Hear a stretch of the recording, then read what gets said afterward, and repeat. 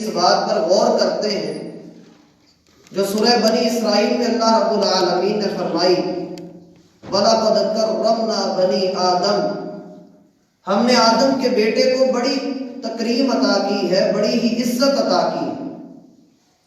حق بنتا ہے کہ ہم آپس میں ایک دوسرے کو وہ عزت دیں جس کے ہم حقدار ہیں، اور بالخصوص جب انسان کی وفات کا وقت ہوتا ہے اس وقت بڑے بڑے پتھر بھی پگھل جاتے ہیں، بڑی بڑی نفرتیں محبتوں میں تبدیل ہو جاتی ہیں، بڑے ٹوٹے ہوئے تعلقات جڑ جاتے ہیں۔ اور یہی وجہ ہے کہ رسول اللہ صلی اللہ علیہ وسلم نے اس بات کا حکم دیا اکثروا ذکر ہادم اللذات الموت، لوگوں لذتوں کو ختم کر دینے والی شے موت کا کثرت سے ذکر کیا جائے۔ اور یاد رکھیے جو دنیا سے جانے والا ہے، جانا ہر کسی نے ہے، وہ کافر ہے یا مسلمان ہے، ہر مذہب نے اپنی اپنی مرضی سے کچھ اصول اور ضابطے بنائے اور وہ رخصت کرتے ہیں اپنے انداز سے۔ وہ میت کو کچھ گروہ ایسے ہیں، کچھ لوگ ایسے ہیں، کچھ طبقات ایسے ہیں کہ جو میت کو پہاڑوں پر چھوڑ آتے ہیں کہ وہ درندوں کی خوراک بن جائے، یہ ان کے ہاں رخصت کرنے کا طریقہ ہے۔ کچھ کے ہاں یہ ہے کہ مہنگی ترین لکڑی کے اوپر اس کی میت کو رکھ کر اسے آگ لگا دی جائے، پھر اس کی راکھ کو سنبھال کر رکھ لیا جائے۔ کچھ ایسے ہیں جو گاڑیوں پر میت کو لے کر اپنے گرجے میں جاتے ہیں اور وہاں اس کے لیے کچھ آیات، کچھ دعائیں پڑھ کر اسے دفن کر دیتے ہیں۔ اور کچھ کے ہاں یہ ہے کہ وہ میت کے ساتھ اس کی بیوی کو بھی زندہ جلا دیتے ہیں۔ ان معاملات میں اسلام بھی کچھ تلقین کرتا ہے کہ جو آپ سے رخصت ہو رہا ہے آپ اس کی پوری تکریم اور عزت کر کے اسے اپنے پاس سے رخصت کیجیے، کیونکہ جانے والا جو جا چکے ہیں اب دوبارہ آپ کے پاس نہیں آئے گا، اس لیے اسے ان اصول اور ضابطوں کے مطابق رخصت کریں جو محمد رسول اللہ صلی اللہ علیہ وسلم نے بتائے۔ آج کی ہماری یہ ملاقات اس موضوع پر ہوگی کہ وفات کے وقت ایک مسلمان نے کیا کرنا ہوتا ہے، اس پر کون سے احکامات لاگو ہوتے ہیں کہ وہ میت والوں کے ساتھ کیا کرے اور میت کے ساتھ کیا کرے۔ لیکن ان احکامات کو پڑھنے سے پہلے ایک اصولی بات اپنے ذہن میں رکھ لیجیے، زندگی میں کام آئے گی۔ رسول اللہ صلی اللہ علیہ وسلم کو اللہ نے جو دین دے کر بھیجا ہے، جو شریعت آپ علیہ السلام کو عطا ہوئی ہے، اس کی بنیادی حیثیت اتنی زیادہ ہے کہ آپ اس شرعی حیثیت سے، اس شریعت سے، اس قانون سے ہٹ کر کوئی بھی کام کرے، خواہ وہ دیکھنے میں کتنا بھلا ہی کیوں نہ ہو، اللہ کے ہاں وہ مقبول نہیں۔ یہ اصولی بات ہے۔ سورہ آل عمران میں اللہ کا فرمان ہے مَن یبتغی غیر الاسلام دینا فلن یقبل منہ وَهُوَ فِي الْآخِرَةِ مِنَ الْخَاسِرِينَ، جو اسلام کے علاوہ کسی اور رستے کا متلاشی ہوگا ہم اس کے دوسرے رستے کی ہوئی نیکی کو کبھی قبول نہیں کریں گے۔ کوئی بھی عمل، کوئی بھی زندگی کا سٹیپ لینا ہو تو اس میں 3 شرطیں ہیں جو آپ کے ہر عمل کو مقبول بنا سکتی ہیں، اور ان میں سے ایک شرط بھی کم ہو جائے تو عمل رد کر دیا جاتا ہے۔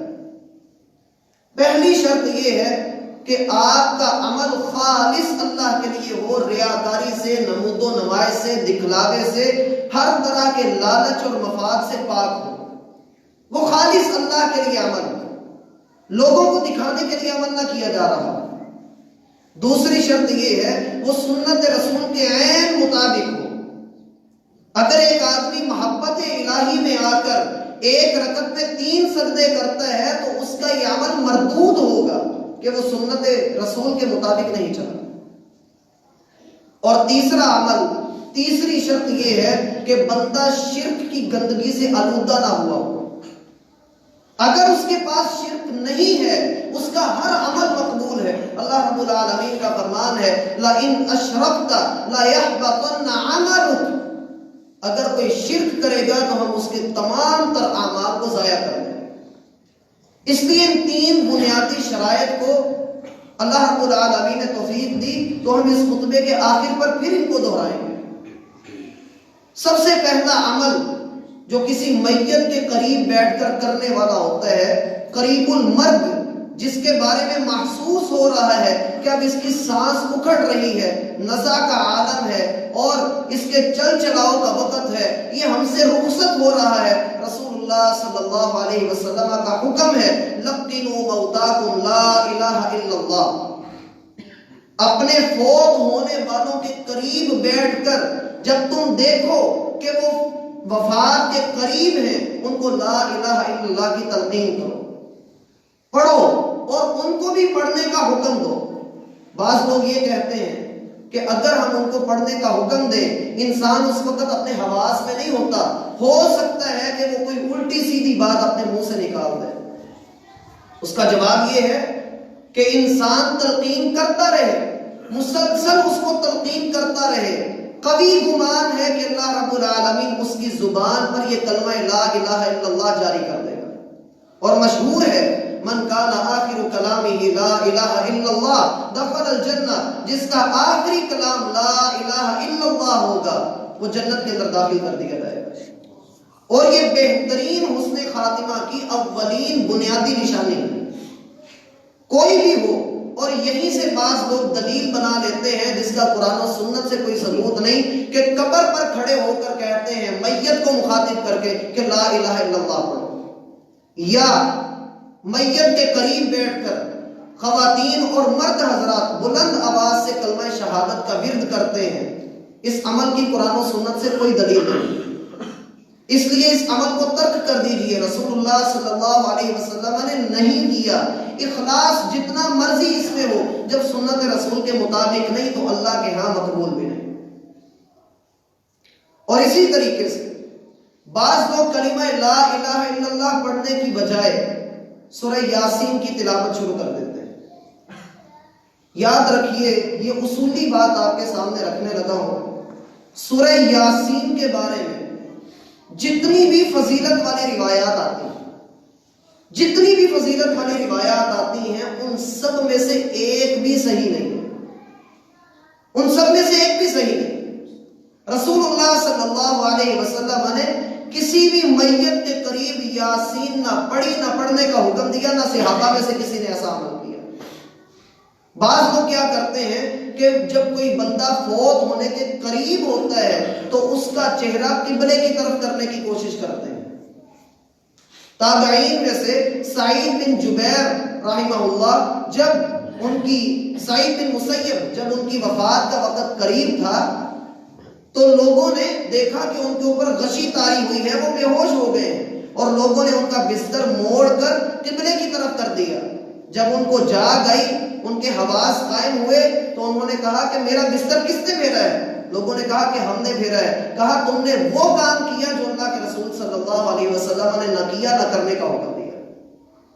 اور کہا کرتے تھے، ہمارے اسلاف یہ بات کہا کرتے تھے کہ جو بندہ اپنے میت کے ساتھ یہ معاملہ کرتا ہے کہ مرنے والے کا چہرہ جب وہ قریب المرگ ہو، مرنے کے قریب ہو، اس کا چہرہ قبلے کی طرف پھیرتا ہے، گویا کہ اسے شک ہے اس کے مسلمان ہونے میں، اس لیے ایسا کام نہیں کرنا چاہیے۔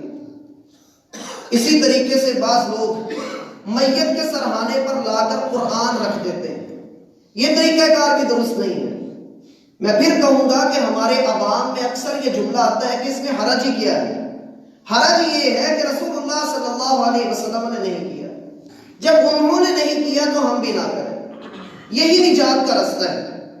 دوسری بات کہ جب میت فوت ہو جائے، وہ رخصت ہو جائے، اس دنیا سے چلا جائے، تو پھر ہم نے کیا کرنا ہے؟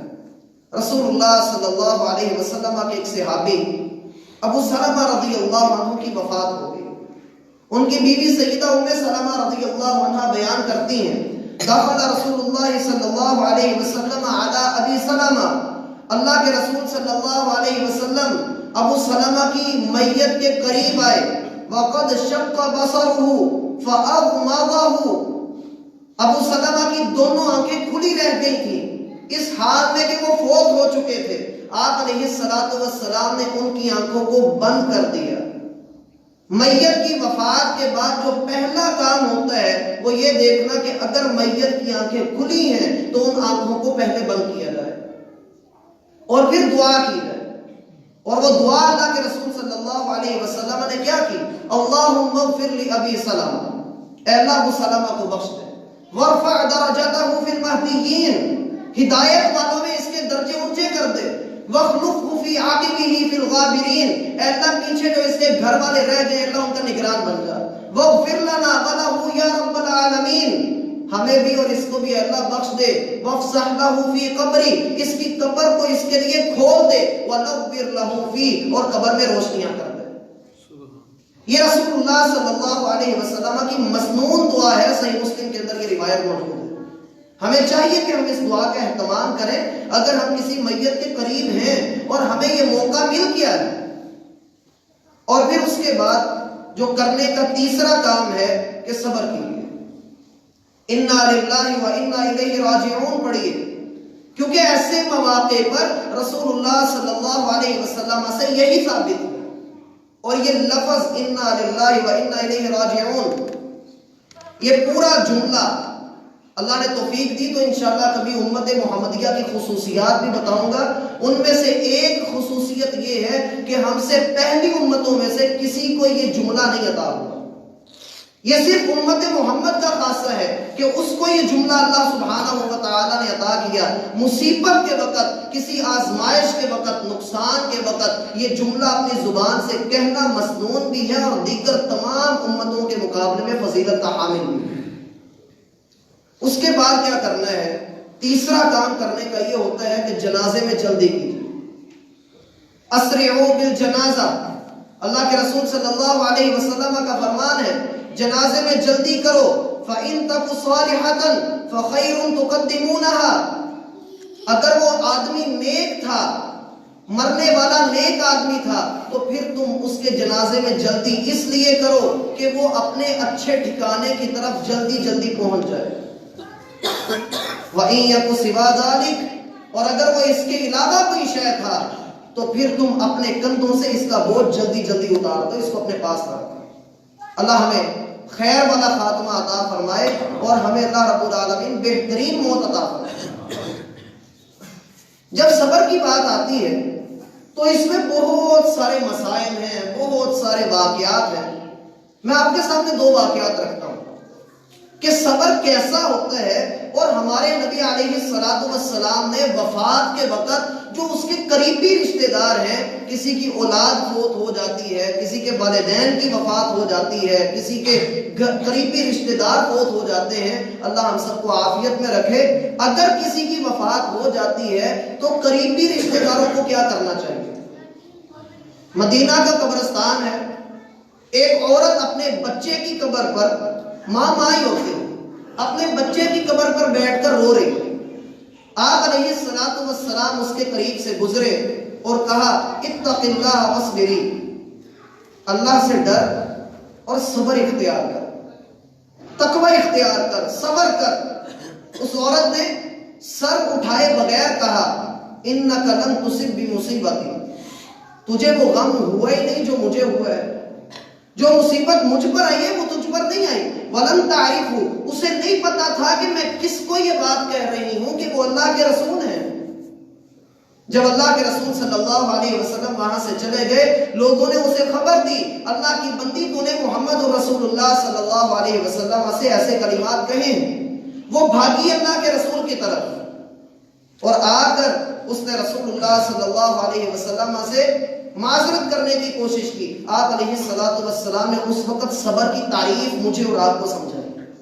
انما الصبر عند الصدمۃ الاولى، صحیح معنوں میں صبر وہ ہوتا ہے جو مصیبت کے آنے پر کیا جائے، فوراً موقع پر کیا جائے. بندہ 3-4 دن نوحہ کرے، اپنا سینہ پیٹے اور اونچی اونچی آواز سے روئے اور اینڈ پہ کہے ہوں صبر ہی ہے، یہ صبر نہیں. صبر کیا ہے کہ آپ کے 10 بیٹے 11ویں کو کنویں میں پھینک آئے اور پھر بھی آپ کہے فصبر جمیل واللہ المستعان علی ما تصفون. اب صبر ہی ہے، اللہ رب العالمین ہر طرح کی سازش کو بے نقاب کرنے والا ہے. بڑے بڑے لوگوں کے بڑے بڑے رشتے گئے. رسول اللہ صلی اللہ علیہ وسلم کو دیکھیے، آپ کا بیٹا ابراہیم، آپ کے ہاتھوں میں اس کی سانس اکھڑ رہی ہے، 18 ماہ کا یہ بچہ، آپ علیہ السلام نے اسے اپنے قریب کیا، اسے سونگا، اور پھر آپ کی آنکھوں سے آنسو رواں ہو گئے، اور آپ نے کہا ان العین تدمع والقلب يحزن وانا بفراقك یا ابراہیم لمحزونون ولا نقول الا ما يرضي ربنا. ہماری آنکھیں بہہ رہی ہیں، ہمارا دل غمگین ہے، اے ابراہیم تیری جدائی میں ہم بڑے غم کے اندر آ رہے ہیں، لیکن ہم اپنی زبان سے وہ الفاظ نہیں نکالیں گے جو رب کو ناراض کریں. اس لیے جب بھی کسی کی وفات ہو تو میرا بھائی اللہ رب العالمین کا فرمان ہے استعینوا بالصبر والصلاۃ، رب کی طرف سے مدد چاہتے ہو تو صبر اور نماز سے اللہ رب العالمین کی مدد طلب کرو. ہمارے ایک ساتھی کا بیٹا فوت ہو گیا، جوان موت تھی. وہ کیا کرتے کہ پہلے تو چپ کر کے بیٹھے رہتے، جب صبر کا پیمانہ لبریز ہوتا تو اٹھ کر نماز شروع کر دیتے، پھر نماز مکمل کرتے تو بیٹھ جاتے، پھر صبر کا پیمانہ لبریز ہوتا تو پھر اٹھ کر نماز شروع کر دیتے. پوچھا گیا کہ آپ ایسا کیوں کر رہے ہیں؟ کہا اللہ رب العالمین نے ہی تو سکھایا ہے کہ اللہ کی مدد طلب کرو صبر کے ساتھ اور نماز کے ساتھ. جب اکیلا بیٹھتا ہوں اور صبر کا پیمانہ لبریز ہونے لگتا ہے میں پھر نماز شروع کر دیتا ہوں، اور جب میں نماز ادا کر لیتا ہوں صبر آ جاتا ہے پھر بیٹھ جاتا ہوں، پھر جب پیمانہ لبریز ہوتا ہے پھر میں اٹھ کر نماز ادا کرتا ہوں. اور آنکھوں سے آنسوؤں کا نکل آنا یہ ایک رحمت کی نشانی ہے. ہم انشاءاللہ اس موضوع کو آگے لینے والے ہیں. دوسرا واقعہ سیدہ ام سلمہ کا ہے، جن کے بارے میں بھی ہم نے پڑھا کہ ان کے خامن کی وفات ہوئی. رسول اللہ صلی اللہ علیہ وسلم ان کے پاس آئے اور ام سلمہ رضی اللہ عنہا کو نصیحت کی. ام سلمہ اللہ سے دعا کر. دعا کیا ہے؟ انا للہ و انا الیہ راجعون، اے اللہ ہم تیرے ہیں، تیری ہی طرف پلٹ کر آنا ہے. اللہم اجرنی فی مصیبتی واخلف لی خیرا منہا، اے اللہ میری مصیبت کے بدلے مجھے اجر کے پہاڑ عطا کر دے، اور جو میرا نقصان ہوا ہے، جو رشتہ مجھ سے ٹوٹ گیا ہے، جو دور ہو گیا ہے، اے اللہ مجھے اس کا بہترین بدلہ عطا کر دے. ام سلمہ کہتی ہیں کہ جب میں نے اللہ کے رسول سے یہ بات سنی تو دل میں یہ خیال آیا کہ ابو سلمہ سے اچھا شوہر اور کون ہو سکتا ہے، اس سے بہترین شوہر تو کوئی نہیں. حتیٰ کہ ایک جگہ پر میں نے پڑھا اور صحیح سند کے ساتھ سیدہ ام سلمہ رضی اللہ عنہا کہتی ہیں کہ ایک رات ابو سلمہ کے ساتھ میں باتیں کر رہی تھی تو میں نے ابو سلمہ سے کہا ابو سلمہ مجھ سے وعدہ کرو کہ اگر میں فوت ہو گئی تو تم میرے بعد کسی خاتون سے شادی نہیں کرو گے، اور میں تم سے وعدہ کروں کہ اگر تم فوت ہو جاؤ تو میں تمہارے بعد کسی اور مرد سے نکاح نہیں کروں. تو ابو سلمہ رضی اللہ عنہ کہنے لگے اتطیعینی، کیا تم میری ایک بات مانو گی؟ انہوں نے کہا ضرور، میں آپ کی بات ضرور مانوں گی. کہنے لگے اگر میں مر جاؤں تو پھر کسی آدمی سے نکاح ضرور کر لینا. اب یہ کہتی ہیں کہ میں ڈر رہی تھی کہ ابو سلمہ سے بہتر شوہر اور کون ہو سکتا ہے. خیر اللہ کے رسول کا حکم تھا، میں نے دعا کی اور میں نے کثرت سے یہ دعا کی اے اللہ مجھے میری مصیبت کا اجر دے اور مجھے اس کا بہترین نعم البدل عطا فرما. کہتی ہیں کہ عدت گزری تو اللہ سبحانہ و تعالی نے مجھے رسول اللہ صلی اللہ علیہ وسلم کی زوجیت میں دے دیا، اور میں نے پہچان لیا کہ یہ ابو سلمہ سے بہترین شوہر ہیں محمد رسول اللہ صلی اللہ علیہ وسلم. اور آج سیدہ ام سلمہ کے نام کے ساتھ ام المومنین کا لقب لگتا ہے کہ وہ ہماری ماں ہے.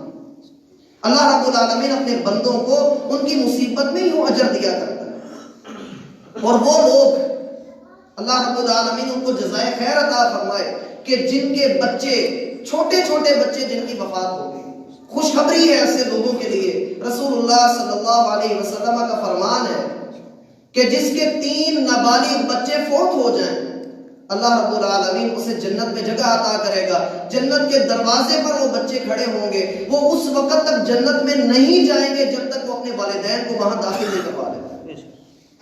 لوگوں نے پوچھا اللہ کے رسول کیا 2 بچے بھی؟ آپ علیہ السلام نے فرمایا ہاں 2 بچے بھی. اور اسی طریقے سے ترمذی میں روایت آتی ہے جب فرشتے کسی بچے کی روح قبض کرتے ہیں اور اللہ کے پاس لے جاتے ہیں تو اللہ رب العالمین فرشتوں سے پوچھتے ہیں بتاؤ میرے جس بندے کے بیٹے کی روح کو تم نے قبض کیا اس نے کیا کہا؟ حالانکہ اللہ سب جانتا ہے لیکن وہ فخر کرنا چاہتا ہے. فرشتے کہتے ہیں اللہ اس نے الحمدللہ کہا، تو نے جس حال میں اسے رکھا ہے اللہ کو راضی ہے۔ اللہ رب العالمین فرماتے ہیں پھر میرے بندے کے لیے گھر میں ایک محل تیار کرو، وَسَمُّوهُ بَيْتَ الْحَمْدِ، اور اس کا نام تعریف والے آدمی کا گھر رکھ دو۔ اللہ اس کو یہ بدلہ عطا فرماتے ہیں۔ اور اسی طریقے سے صبر کے بہت سارے معاملات ہیں، ہم اسی گفتگو کو یہاں پر مکمل کر کے آگے بڑھتے ہیں کہ میت کو جب ہم صبر کر لیتے ہیں لیکن اس پر رونا تو آتا ہی۔ اب رونے کے بھی دو طریقے ہیں، ایک رونا وہ ہے جسے شریعت نے جائز کہا ہے، اور وہ رونا ایسا ہے کہ بے اختیار انسان کی آنکھوں سے آنسو رواں ہو، اس کا دل غمگین ہو، اور ایسا ہوتا ہے، یہ فطری چیز ہے، انسان کی آنکھوں سے آنسو نکلتے ہیں۔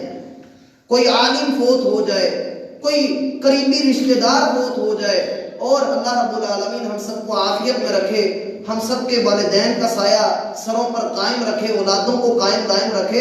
اللہ رب العالمین جب اس طرح کی آزمائش میں بندے کو مبتلا کرتے ہیں کہ انتہائی قریبی رشتے سے اللہ رب العالمین بندے کو آزما لیتے ہیں، اس وقت صحیح بات ہوتی ہے کہ بندے کے ایمان کا پتہ لگے۔ دو موقع زندگی میں ایسے ہوتے ہیں کہ جن میں بندے کے ایمان کا پتہ لگ جاتا ہے، ایک انتہائی خوشی کا موقع اور ایک انتہائی غمی کا موقع۔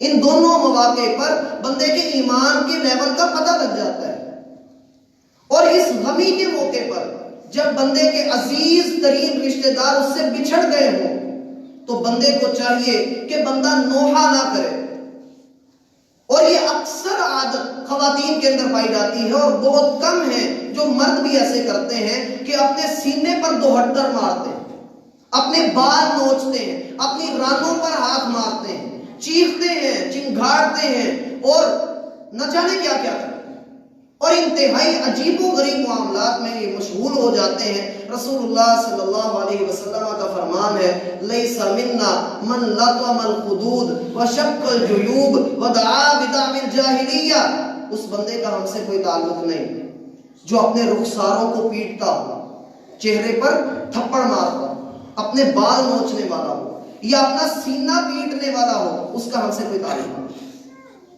رونا آتا ہے، روئیے، ضرور روئیے، یہ فطری چیز ہے، لیکن ایک حد تک اگر کوئی بندہ میت کے اوپر اس انداز میں روتا ہے تو میرا بھائی آپ مجھ سے بہتر جانتے ہیں ان المیت لا يعذب ببکاء اہلہ علیہ، میت کو عذاب دیا جاتا ہے اس کے گھر والوں کے رونے کی وجہ سے۔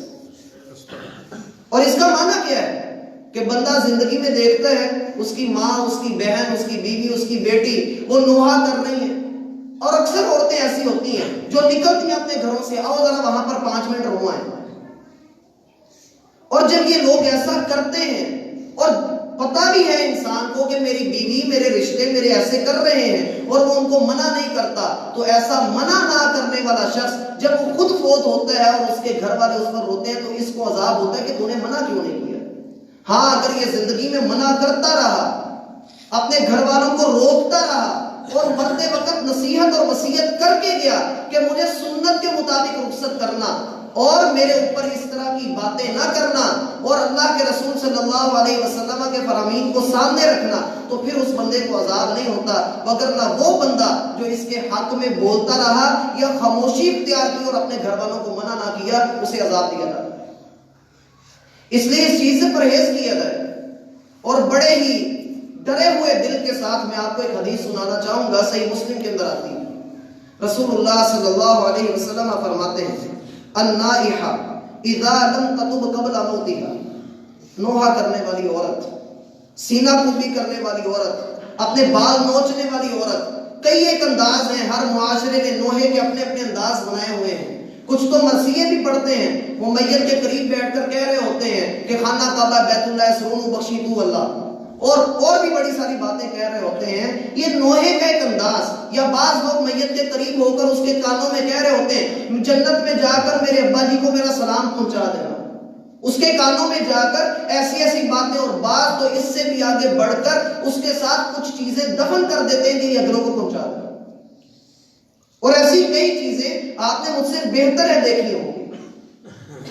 اللہ کے رسول فرماتے ہیں النائحہ اذا لم تتب قبل موتها، نوحہ کرنے والی عورت اگر اپنی موت سے پہلے توبہ نہ کرے، کل قیامت کے دن اللہ رب العالمین جب اسے اٹھائیں گے اس پر تیزاب کی قمیض ہوگی اور خارش والا کرتا ہوگا، اور بعض روایات میں آتا ہے کہ کانٹوں والا اس کا نچلا کپڑا ہوگا جو اللہ اسے کانٹوں والا بنا کر پہنائے گا۔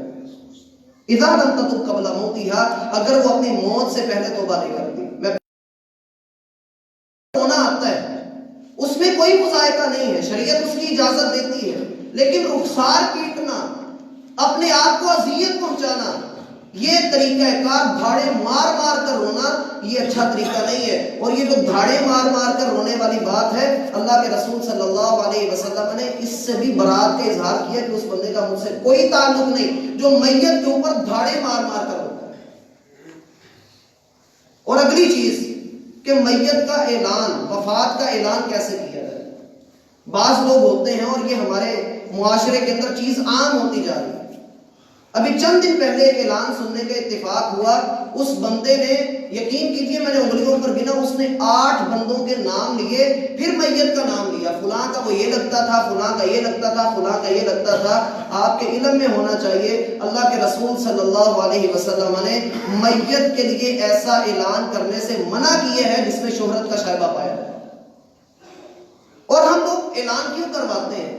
اس لیے کرواتے ہیں کہ میت کی اطلاع دوسروں تک پہنچ جائے، میت کے جنازے میں لوگ شرکت کریں، تو اس کا اعلان کر دیجئے کہ فلاں آدمی تھا، فلاں کا بیٹا تھا، فلاں کا باپ ہے، اتنا اعلان کر دینا کافی ہے۔ لیکن شہرت کے لیے اعلان کرنا کہ لوگ دور دور سے اس کا جنازہ ادا کرنے کے لیے آئیں، یہ آپ کو بھی پتا ہے کہ لوگ جنازہ پڑھنے آتے ہیں یا منہ دکھانے آتے ہیں۔ 90% لوگ ایسے ہوتے ہیں کہ جن کو جنازے کی دعائیں نہیں آتی، وہ بس آ کر کھڑے ہیں اللہ اکبر اور بھی سلام۔ اس لیے یہ کام بھی درست نہیں ہے۔ اب اگلی بات یہ آ جاتی ہے کہ موت کا اعلان کرنے کے بعد گھر میں رکھی ہوئی میت کے ساتھ گھر والے کیا کریں، اس کے غسل کا اہتمام کریں۔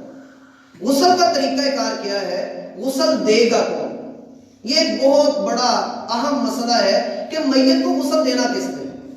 میت کو اس کے قریبی رشتہ دار غسل دے سکتے ہیں، مرد مرد کو غسل دے گا اور عورتیں عورت کو غسل دیں گی، سوائے چند ایک صورتوں کے، وہ انشاءاللہ میں آپ کے سامنے رکھتا ہوں۔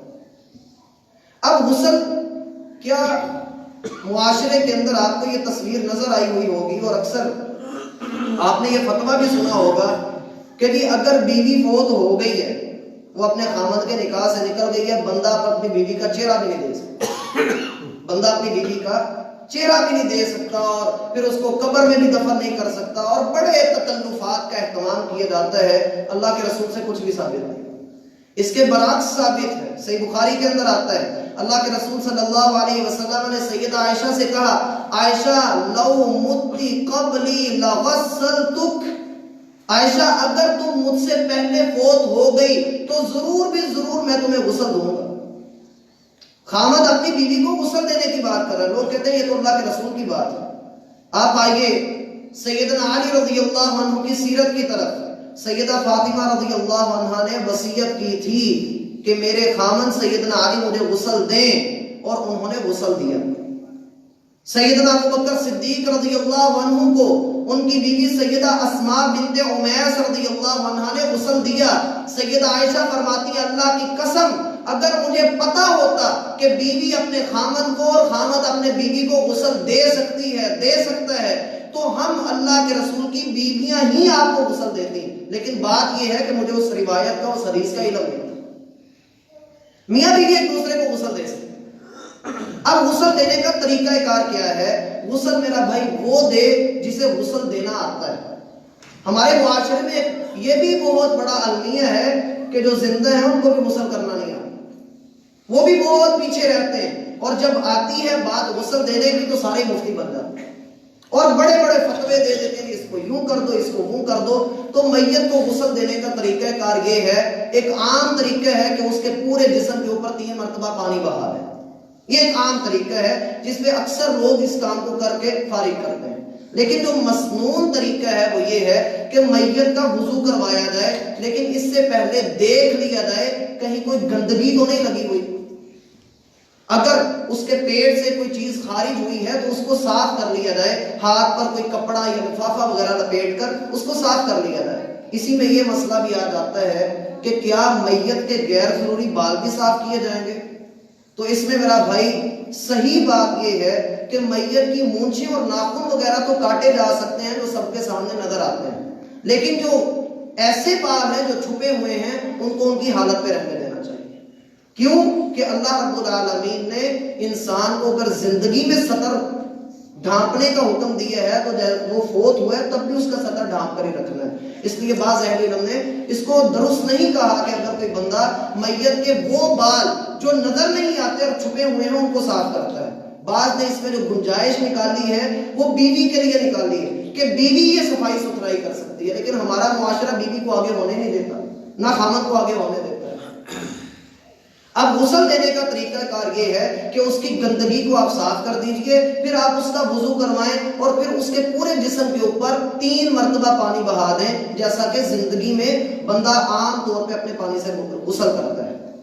3 مرتبہ میں اگر صفائی ستھرائی حاصل ہو جائے تو ٹھیک، وگرنہ 5 مرتبہ 7 مرتبہ 9 مرتبہ بڑھاتے جائیں جب تک آپ کو صفائی حاصل نہیں ہوتی، اور آخری مرتبہ جب اس کو پانی اس کے اوپر ڈالنا ہے تو اس میں کافور ملا لینا مستحب عمل ہے۔ بیری کے پتے اس لیے استعمال کیے جاتے ہیں کہ ان میں صابن والے جو اللہ رب العالمین نے اس کے اندر یہ خصوصیت رکھی ہے کہ وہ صابن کا کام دے جاتے ہیں، اور اگر کوئی بندہ ان کو بھی ملا لیتا ہے تو کوئی حرج کی بات نہیں۔ اللہ رب العالمین نے توفیق دی تو مزید مسائل ہم اس کے بارے میں اگلی ملاقات میں آپ کے سامنے رکھیں گے۔ سبحانک اللہم و بحمدک اشہد ان لا الہ الا انت استغفرک و اتوب الیک۔